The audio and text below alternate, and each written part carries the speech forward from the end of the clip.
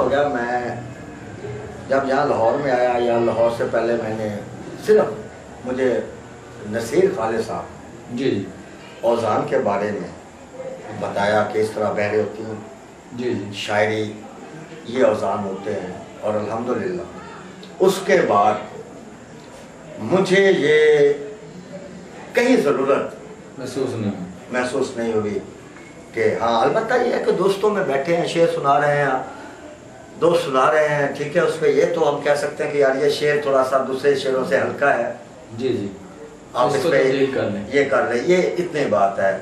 لیکن باقاعدہ میں نے کسی سے اصلاح نہیں لی، رائٹ سر، کسی سے کبھی مشورہ نہیں کیا، اور جیسا بھی میں شعر کہہ رہا ہوں اور جیسے بھی شاعری کر رہا ہوں یہ خالصتاً میری اپنی ہے، اس میں کسی کا مشورہ. Right sir. تو سر یہ فرمائیے گا کہ آپ کس ادبی تنظیم سے وابستہ ہیں اور کس عہدہ پر فائز ہیں؟ یہ آپ ادبی تنظیم کی بات کریں؟ جی بالکل، ادبی تنظیم کی. اچھا یار نا تھوڑا سا جب میں میاں چنو میں تھا نا جی تو ہر وقت جو لاہور ہے نا یہ اعصاب پہ چھایا رہتا تھا، اور خاص کر یہاں کے جو ادیب شاعر جو بڑے بڑے نام ہیں، جب ان کو پڑھتے تھے، جب ٹی وی پہ دیکھا، ریڈیو پہ سنا، اخبارات میں پڑھا، یا دوستوں میں ان کا تذکرہ ہوتا تھا، تو ان کو ملنے کا بہت اشتیاق تھا.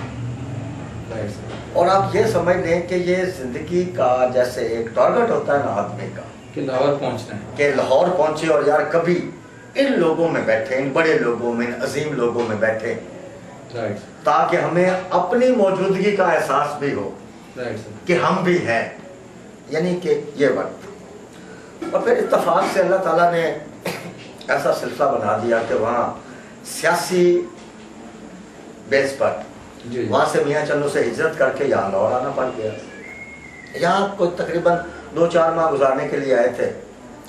تو جب ان لوگوں کے پاس بیٹھے، جی جی جب ان سے ملے، جب ان سے گفتگو ہوئی، تو یقین کریں وہ جو ایک تصور تھا نا ان کے بڑے پن کا، جی جی پڑھائی کا، یہ میں سب کی بات نہیں کر رہا، میں مثلا چند لوگوں کو ایک طرف رکھیں جن لوگوں کا اس وقت ہولڈ تھا، جو لوگ چھائے ہوئے تھے، جن کا بہت بڑا نام تھا، آپ یقین کریں ان کو بہت چھوٹا دیکھا، اور اس بات نے بہت ڈسارٹ کیا. اور 94-95 سے لے کر اس 2011 تک میں کسی سیاسی تنظیم میں شامل نہیں ہوں، کسی ادبی تنظیم میں، کسی گروپ میں میں نے شمولیت نہیں کی، کہ میں نے محسوس کیا کہ یہاں تخلیق کی نہیں، یہاں تو لوگ تعلقات کی بنیاد پر اپنے آپ کو آگے لے کر جا رہے ہیں، تخلیق کی بنیاد پر نہیں لے جا رہے. اور مجھے ایسے محسوس ہوا کہ اگر کسی بھی ادبی تنظیم میں شمولیت یا کسی بھی گروپ میں شامل ہو گئے تو یہ جو تھوڑا بہت تخلیقی عمل ہے یا سفر ہے یہ شاید برقرار نہ رہ سکے. اور اس خوف کو سامنے رکھتے ہوئے میں آج تک کسی گروپ سے وابستہ نہیں ہوں. Right sir. تو سر یہ فرمائیے گا کہ آپ شاعری کے اندر استادی شاگردی کے قائل ہیں یا نہیں؟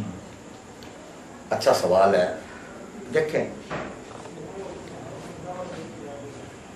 انسان کے اندر وہ جس شعبے سے بھی منسلک، خاص کر ادب سے، ادب کی طرف وہی شخص آتا ہے جس کے اندر ادب ہے، ادروائز کوئی نہیں آئے گا. اب آپ ادیب ہیں، شاعر ہیں، اور جب تک آپ اپنے کسی سینئر سے، کسی مخلص انسان سے مشورہ نہیں کریں گے یا باقاعدہ اس کی شاگردی نہیں کریں گے تو آپ کے اندر جو تخلیقی جوہر ہے جی جی وہ باہر نہیں آئے گا.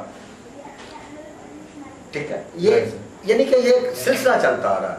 آپ جس آدمی کے شاگرد ہو رہے ہیں وہ بھی کسی کا شاگرد رہا ہے.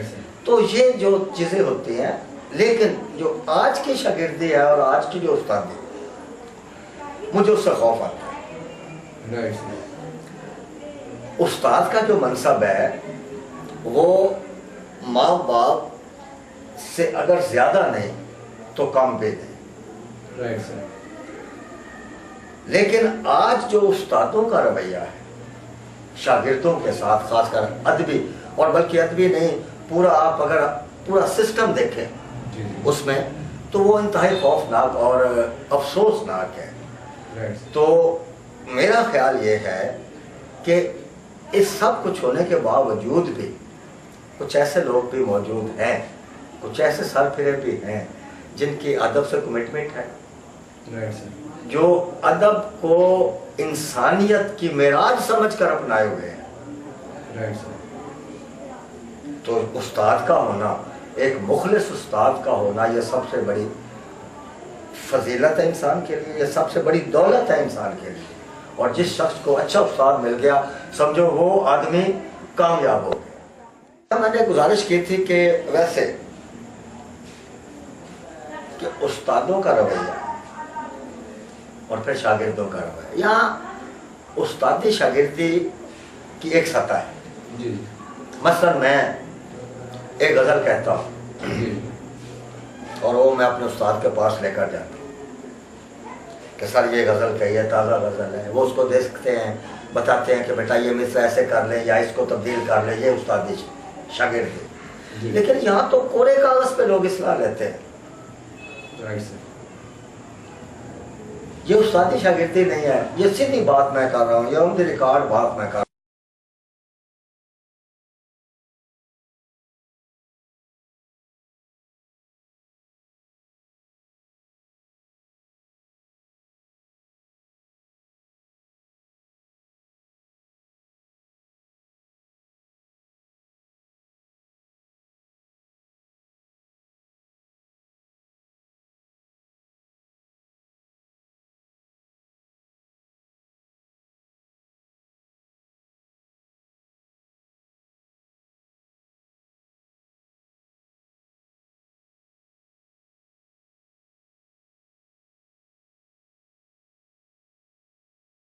کمرشلزم اور اس میں ایسے لوگ موجود ہیں اور ایسے لوگ ڈر آئے ہیں کہ جو ایک مصرع نہیں کہہ سکتے لیکن ان کی 4-4 5-5 کتابیں چھپی ہوئی ہیں، وہ پیسے والے ہیں اور شاعر۔ اچھا پھر یہاں ایک بہت ہی عجیب بات ہے کہ یہ جو ہمارا سسٹم ہے اس وقت، آپ دیکھیں کہ جتنے بھی شعبے ہیں، خاص کر ادب کے یا دوسرے، آپ جتنے بھی ہمارے صافی تھے، ہماری آنکھوں کے سامنے ہے کہ جن کے گھروں میں ایک وقت کی روٹی نہیں ہوتی تھی، آج وہ کروڑوں پتی ہیں۔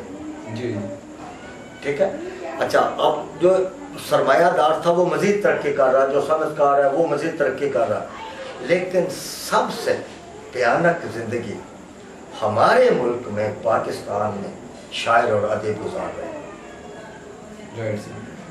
وظیفہ ملتا ہے 5,000 مہینے کے بعد، اور وظیفہ لینے کے لیے جس قسم کی اپلیکیشن لکھنی پڑتی ہے، جس قسم کی درخواست لکھنی پڑتی ہے، وہ ایسے ہے کہ وہ بھیک سے بھی بدتر ہے۔ یعنی کہ شاعر ادیب کا جو حق ہے وہ اس کو اس طرح مل رہا ہے جیسے ہم بھیک دے رہے ہیں، اور یہ صرف شاعر و ادیبوں سے ہے۔ اور یہ وہ لوگ ہیں جو معاشرے میں ریڑھ کی ہڈی کی حیثیت رکھتے ہیں، لیکن آج تک کسی گورنمنٹ نے، وہ چاہے مسلم لیگ ہے یا چاہے وہ نظریاتی جماعت پیپلز پارٹی ہے، کسی نے بھی کوئی توجہ نہیں دی، بلکہ شاعر ادیب کو مفلوج رکھا گیا۔ اور اس کا نتیجہ یہ نکلا کہ آج ایک اچھا خاصا تخلیق کا ٹکے ٹوکری، اس کی معاشرے میں ویلیو نہیں رہی، اس کی تخلیق کی کیا ویلیو؟ تو یہ بہت بڑا المیہ ہے۔ تو یہاں استادی شاگردی والا مسئلہ، میں خود کہتا ہوں، یقین کریں بے شمار ایسے دوست، بے شمار ایسی خواتین، بے شمار ایسے جینٹس ہیں جنہوں نے مجھے کہا کہ جاوید قاسم ہم اپنی کتابوں میں لکھیں گے کہ آپ ہمارے استاد ہیں، اور خدا شاہد ہے میں نے ان کو منع کر دیا کہ میرا بطور استاد نہیں لکھنا، اور یس میں اس پہ اب بھی قائم۔ سر کیا آپ نے کبھی سادہ کاغذ پر اصلاح کی؟ آپ نے کبھی سادہ کاغذ پہ اصلاح کی کبھی؟ اچھا اب تو یہاں ایک بڑا مسئلہ ہے کہ آپ جو لوگ ہوتے ہیں نا یہ میڈیا سے وابستہ، یہ بعض ایسے سوالات ہوتے ہیں کہ اگر آدمی ہاں کرے تو بھی اس کے لیے مسائل ہیں، اور بہرحال یہ سارے دوست احباب جانتے ہیں